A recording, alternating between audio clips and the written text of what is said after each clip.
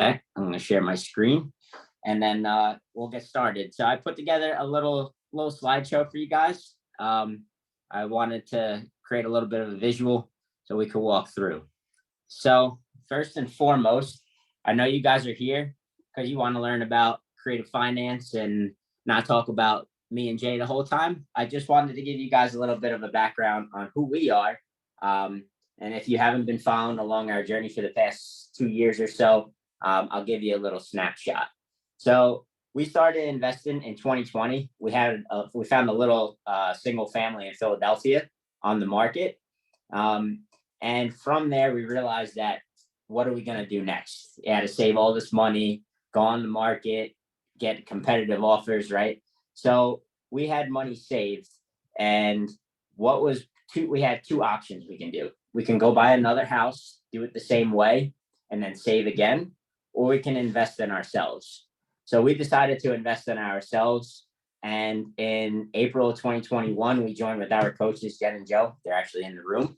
And since then, it has just been a complete explosion and fire for us. And it's been great, right? So by investing in ourselves, which clearly you guys are doing by being here today, which I really appreciate, we were able to find not only our next property, but our next four, get into a whole bunch of different businesses that we have now. And it's honestly been an awesome journey.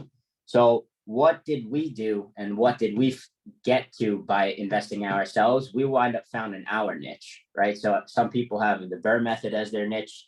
Some people do sheriff sales. Well, our niche is creative financing. We completely got into this and have been full-fledged into this since about 2021. And because of that, me and Jay actually just quit our full-time jobs about 4 months ago. And we spent the month of June in Puerto Rico since we can now work from anywhere. So the reason that you guys are here, right, is we wanted to talk about, give me one sec. So we wanted to talk about the creative deal and how we found it, what we did, how we negotiated it, and then how we sold it. So our first creative deal was pretty awesome. I'm not going to lie. We found it on Facebook Marketplace, right? So at the time, we still are not doing today. We do no marketing, right? So we found this organically for free. Anybody can do this. This isn't just something that we do or we can do, right? So no CRM at that time. And what did we do and how do we use it? We found a proven method that we learned from our coaches, but that we also kind of put our own little spins on and that we still use today. And that proven method has now grown us into a very successful business. So as I said, right, we found this deal on Facebook Marketplace. This guy just had his house up on there and we reached out to him. We ran our script that we have. And at the end of the conversation, we wind up actually coming to an agreement and he was happy. And as you guys can see, when you think about a real estate investor, I'm sure you guys think that you have to find a house that's ran down. You have to find a house that needs a ton of work. As you can see, this house was completely redone. Every single room in the house was gutted, completely gone over, all the bathrooms, the kitchen. It's crazy. And, with that being said, this is how we found it and how we structured it and how we analyzed it, right? So as I said, we found this through Facebook Marketplace. So free, any of you guys can hop on there and do it, right? So this house actually is out in Greensburg, Pennsylvania. So that is outside of Pittsburgh. The cool thing about what we do is that we don't need to buy houses in our city. We don't need to buy houses on the same block. I've only ever seen this house once. We were there for about 20 minutes because we were driving through and we wanted to see it. Everything we do is from our phone. So whether you're buying the house, whether you're flipping it, you're wholesaling it, everything that we do is from our phone, which is pretty awesome. When we talked to the seller and when we agreed upon seller financing, how did we come up with a win-win situation? So when we bought this house, we bought it back in November, as you can see, for $130,000. The house at the time is worth about $200,000. So how did we get such a high discount for a home that is beautiful, turnkey, and that the seller put a ton of money into? So what we did was we bought the home on what's called a wraparound mortgage. In creative financing, there's basically three main strategies that you can use, right? One is subject to, which is where you just take over a seller's mortgage.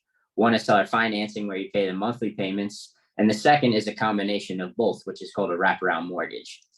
So whenever you're talking with a seller, you want to understand what their motivation is. His motivation was that he was divorced and that the house was vacant. So, and all he cared about was getting his price, which was 130,000. We got lucky on this one. We didn't even need to negotiate the price. But in creative financing, the price is the least important thing of the equation.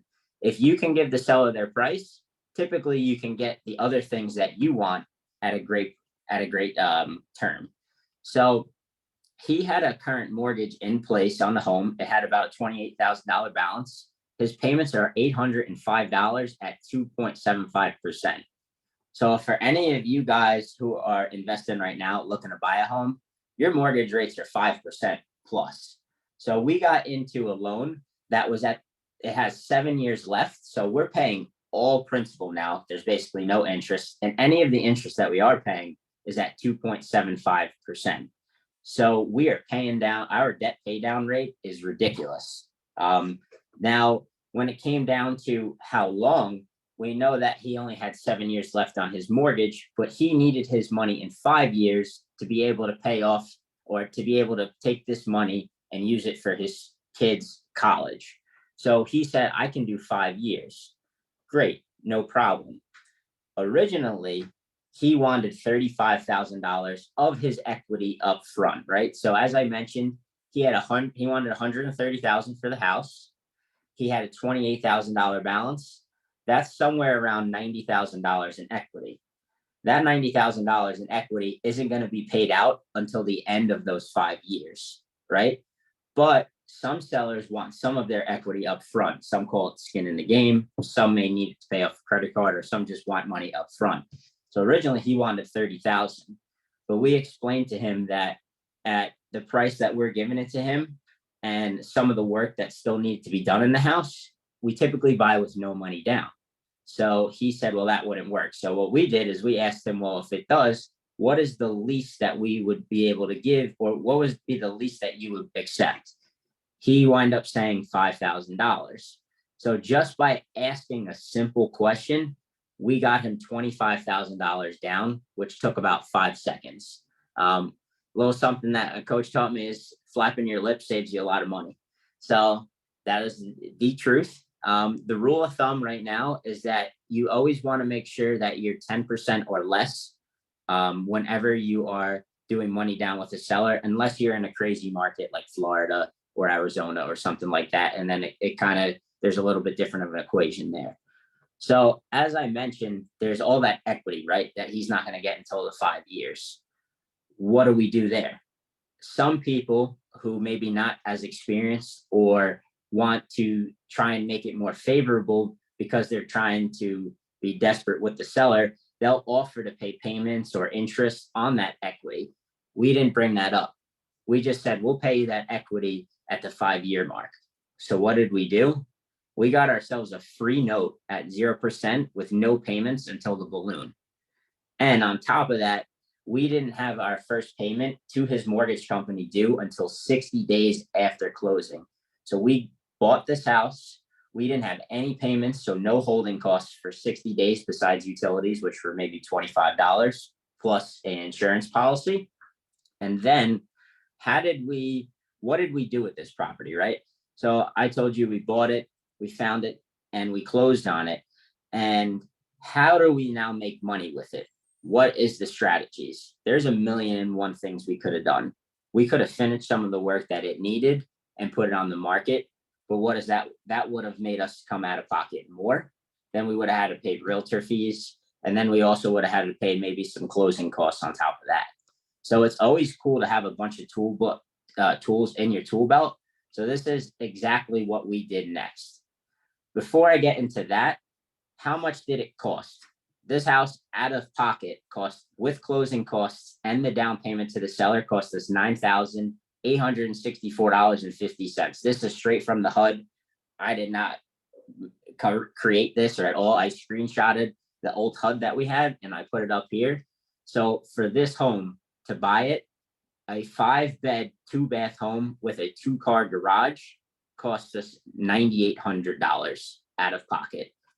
The house that I'm sitting in today is much, much smaller than that. And I bought this house on the market and I had to come to closing with 20 grand. That to me, I will never do again, for the simple reason that I bought this extremely large house for $9,800. So how did we make our money back? How do we in turn help people? Because we created another business to help people for the homes that we buy. And how are we continuously being profitable on this house? Because we do still own it today. So what I like to say is that for all you guys who know the BRRRR method, which means buy, rehab, rent, refinance, and repeat, is basically you buy a home for under market value, you put money into it, you then rent it out and you refinance it to get all your money back. But you need to use banks, you need to use private lenders, hard money, a bunch of cash, and it could be really risky if the market changes, right? So how do we mitigate the risk? What we do is when we find a home like this, we find a tenant buyer. So somebody who maybe needs a little bit of time to qualify for a mortgage. We put them through a credit repair program, and then we sell them the home on a lease option. So what does that mean? We get a big front end check.